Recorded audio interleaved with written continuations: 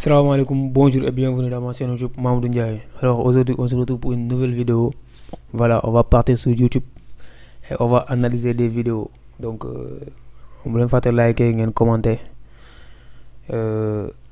ngeen ajouter moi. Donc ngeen du coup bu leen fàtte tamit ngeen dugg ci lien bi au niveau de la description pour bien surprise bi mu leen réserver une grosse surprise. Donc aussi souvent j'offre des formations et des coachings gratuits. Du coup faut boo leen remplir seen lien ci formulaire bi ci la seen coordonnées ci formulaire bi ci la leen mën a jël comme étant des personnes qui ñuy bokk ci affaire bi. Donc du coup tey dañuy analyser comme ku wax chaîne bi ñoo xam ne chaîne entrepreneuriat.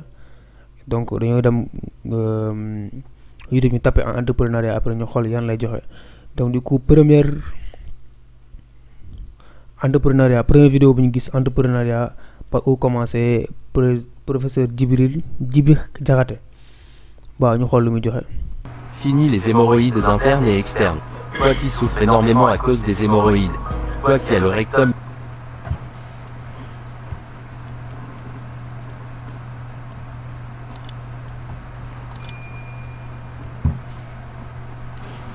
En réalité, pour moi, l'entrepreneuriat aussi commence par la connectivité à soi-même.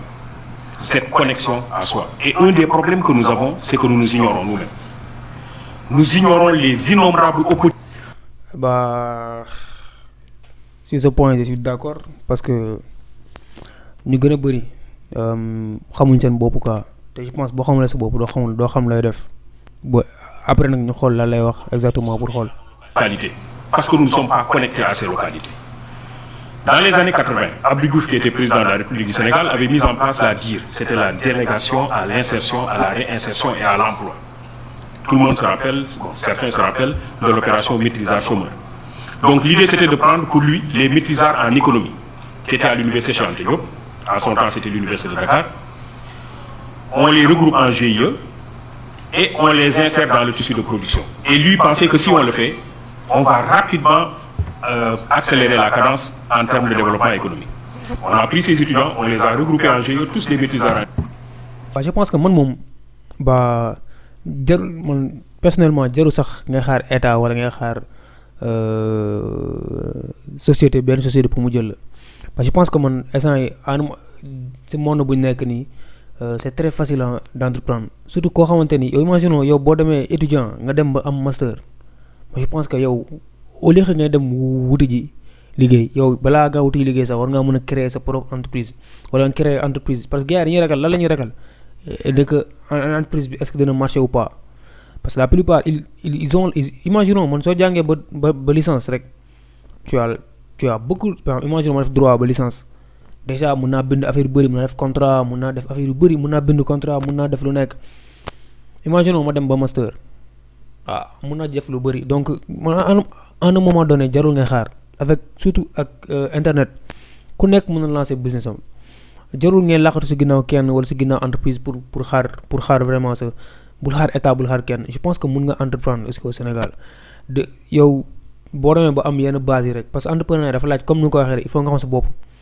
donc du coup loolu tamit pour ñu ñëwaat si tuuti parce que au début dafa ne que il faut nga xam yaay kan c'est vrai et que man benn conseil la leen di jox pour gën a xam loolu noonu mooy la méditation c'est très simple méditation mën na la permettre nga xam yaay kan donc à chaque fois ngay méditer wu da ngay connecté wu ak sa subconscient et loolu je pense que c'est très important pour trouver ay idée de business parce que ñu gën a bëri dañoo distrait mais bu ñu toogoon xalaat rek dañuy gis solution vraiment. En économie, on leur a donné des véhicules pour le transport en commun. Il y a beaucoup d'étudiants ici au Sénégal beaucoup d'étudiants mais ñëpp dañoo xam dëgg rek mais ñëpp mënuñoo dugg ci biir emploi fonction publique ak fonction privée am na ñoo xam te ni day cool vraiment il y a beaucoup de jeunes beaucoup d'étudiants diplômés mais peu d'entreprises donc pourquoi pas ñu xalaat ak ñi créer suñu entreprise. Pour développer la riziculture notamment dans le delta des boulangeries. Au bout de 2 ans d'exercice pratiquement tous ces étudiants avaient fait déposer bilan, ils avaient échoué. Pendant la même période et dans les mêmes secteurs d'activité, des Sénégalais qui n'ont pas été à l'école française faisaient des miracles dans ces domaines. Est-ce que dégg ngeen lu mu wax nee na que man su ma comprendre bu baax dafa ne que Abdou Diouf dafa créé woon benn affaire boo xam te ne dafa jëloon étudiants yu nekk en économie pour jéem loon defaloo ay affaire ay bilan pour ñu mën a créer entreprise mais boo xoolee bu baax étudiants yooyu dañoo ñoom réussir ñu def loolu noonu mais ñi nga xam te ni jànguñ ñoom ñoo jot a réussir pour def loolu imagine et pourtant étudiants ñoo jàng ñoo am ay kii donc juste pour dire que c'est pas parce que da nga am yow tu n'as pas de diplôme wala jàngoo wala yow sa jàng soriwul que waroo mën a entreprendre loolu moom c'est carrément faux entrepreneuriat laajul nga di diplôme laajul dara te que ça soit nga dem liggéey ci bureau wala nga dem liggéey foo mënti liggéey l'essentiel c'est de gagner sa vie j'ai l'habitude de le dire en plus y a sama fameuse citation boobu di wax ne que mieux vaut créer des capital comme xaalis wala capital comme patrimoine au lieu que de nouer des contrats. Donc mieux vaut créer des capital à durée indéterminée, des CDI, que de nouer des CDI ou contrats à durée indéterminée. C'est très important. C'était Lobat Fall dans le domaine du transport, Ndiaga Ndiaye dans le domaine du transport, Abdou Karim Fall dans le domaine du transport. C'était des gens comme Bokar Samba Dièye dans l'importation du riz et la distribution, etc. On peut multiplier les exemples. Et aujourd'hui, les plus grands entrepreneurs, il vient de le dire, les plus grands entrepreneurs, ce sont les personnes qui ont une école, en fait, une école. Et ils se débrouillent très bien. Je crois qu'un des exemples que nous avons, c'est l'exemple de Groupe, je ne sais pas comment il s'appelle, le monsieur de CCBM, Serigne. Alors, la blague, c'est quoi? C'est que quelqu'un est allé chercher un emploi dans une grosse structure. Il voulait être gardien, parce que lui, il n'est pas allé à l'école. Il voulait être gardien dans cette structure. Il s'est présenté au directeur des ressources humaines, qui lui dit, est-ce que tu as une adresse mail pour qu'on vous envoie le dossier à fournir? Le monsieur dit, j'ai pas d'adresse mail. On lui dit donc, tu ne peux pas être gardien chez nous. Parce que ça, c'est le minimum, il faut avoir une adresse mail. Le monsieur part et en rentrant, il voulait acheter une barre de cigarettes et il a vu qu'il n'avait pas de boutique sur toute la ruelle. Il dit, ça c'est une idée pour moi, je vais commencer par une petite. Pourquoi pas? Faut pas chercher loin, il faut pas chercher loin, gars. Imaginons, parfois, il y a une affaire, il y a ay opportunités yoo xam ne mën nga ko saisir. Il suffit de saisir des opportunités et de créer le besoin. Imaginons moom mu ngi bëgg a jënd cigarette fenn du jaay cigarette loolu moom c'est une bonne chose yow nga créer benn boutique buy jaay cigarette. Il commence par cette affaire qui marche bien. Sonn. Après il vend des journaux, après des crédits téléphoniques, après il installe une boutique et après il a un grand domaine commercial. Et un master en comptabilité est venu le voir pour être recruté dans son entreprise. Alors, et le monsieur lui dit, moi je suis titulaire de master en comptabilité, je veux être recruté dans ton entreprise. Je veux te donner je veux que tu me... Tu vois des étudiants qui ont le master en comptabilité, tu ne sais pas calculer le xaalis. C'est grave. Donne ton adresse mail, et comme ça une fois à la maison, je t'envoie tout mon dossier dans ton adresse mail, dans ta boîte mail. Et le monsieur lui dit, j'ai pas d'adresse mail. Il dit, toi, tu n'as pas d'adresse mail et tu es propriétaire de ce grand domaine commercial. Si tu avais une adresse mail, tu serais le plus grand opérateur économique du monde. Il lui dit, si j'avais une adresse mail, je serais gardien. Sonn nee na ko su fekkoon dama am adresse mail gardien laa nekk parce que fu mu demoon di wuti liggéey pour nekk gardien daxaar il faut nga am adresse mail pour nekk gardien. Moom amul adresse mail am na loo xamante ne sax ay étudiants en master yi ñëw di déposer si entreprise am pour liggéey fa. En réalité, ce que je veux dire, c'est que c'est ça aussi. L'idée, c'est quoi? L'idée, c'est se connecter à soi. Et pour pouvoir interroger les multiples opportunités qui existent dans la localité, dans l'environnement. Nous avons un système de formation qui nous déconnecte de notre environnement et qui nous déconnecte de nous-mêmes. Parce que justement, l'école que nous avons héritée de la colonisation développe des curricula qui ne nous réconcilient pas toujours avec nous-mêmes.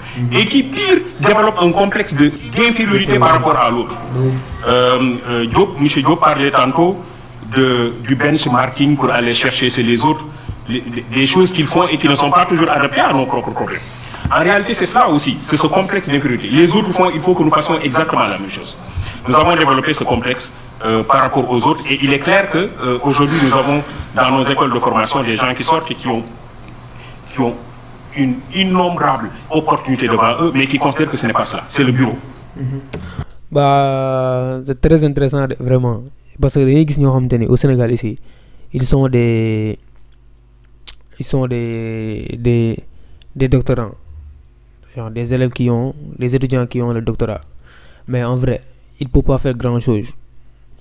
Donc pour wax la que rek juste pour résumer tuuti si waa ji lu mu wax moom dafa nekk il n'est pas important d'avoir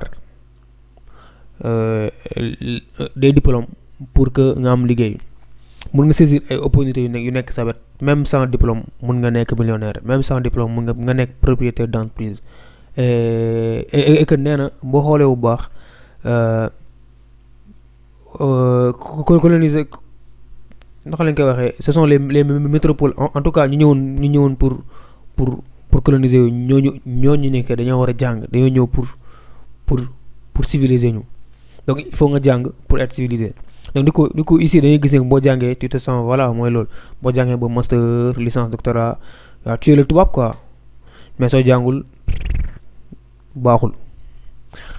C'est ça hein? Mais il faut ngeen xam ni que tu n'as pas besoin soo fekkente ne tu veux simplement gagner ta vie jàng moom c'est excellent, jàng moom mënul ñàkk la, jàng par force da nga war jàng mais quand même ba fan. Imagine boo jàngee ba terminal mun nga lu bëri bul xaar ba am master pour wut liggéey à part de terminal rek mu nga dem université mais mu nga dem wutali sa liggéey. Il y a beaucoup d'opportunités à saisir en ligne, il y a beaucoup d'opportunités à saisir en ligne yoo xamante ne ay business en ligne la am na ñoo xamante am na yeneen yoo xamante ni c'est comme l'apparition des intelligences artificielles. Au passage sax moi je publie chaque mercredi 17h une vidéo sur les intelligences artificielles, que ce soit une vidéo découverte, que ce soit une vidéo de le logiciel ou bien le site. Donc mooy loolu quoi. Donc la mooy morale bi mooy tu n'as pas besoin de faire de longues études, de très longues études, wala tu n'as pas besoin d'être koo xamante ni il a fait des études jusqu'en master pour que nga am liggéey bu fort wala pour que nga am entreprise. Parce que boo xoolee bu baax école ñan lay former wul ay entrepreneurs mais il forme des gens qui travaillent pour des entrepreneurs. Imaginons une fois yow nga nekk un entrepreneur, imaginons ba du ñàkk sa koñ xam nga kenn koo xamante ni mosul jàng wala boog jàngul école, parce que mosul jàng ak jàngul école jàng école c'est différent parce que mu nga jàng leneen. Jàngul école demul université mais quand même am na entreprise te yow mi nga xamante ni yaa ngi jàng ba am master en économie da nga bëgg nga mu jël la ci entreprise am. faut réfléchir. Donc du coup juste pour résumer loolu yëpp mooy lan, il faut chercher des capitales à durée indéterminée que de nouer des contrats à durée indéterminée. Donc loolu moo nekkoon vidéo bi tey bu leen fàtte ngeen liker ngeen commenter ngeen remplir formulaire bi pour bokk ci surprise bu ma joxe d'ici sous peu. Donc on se dit peace.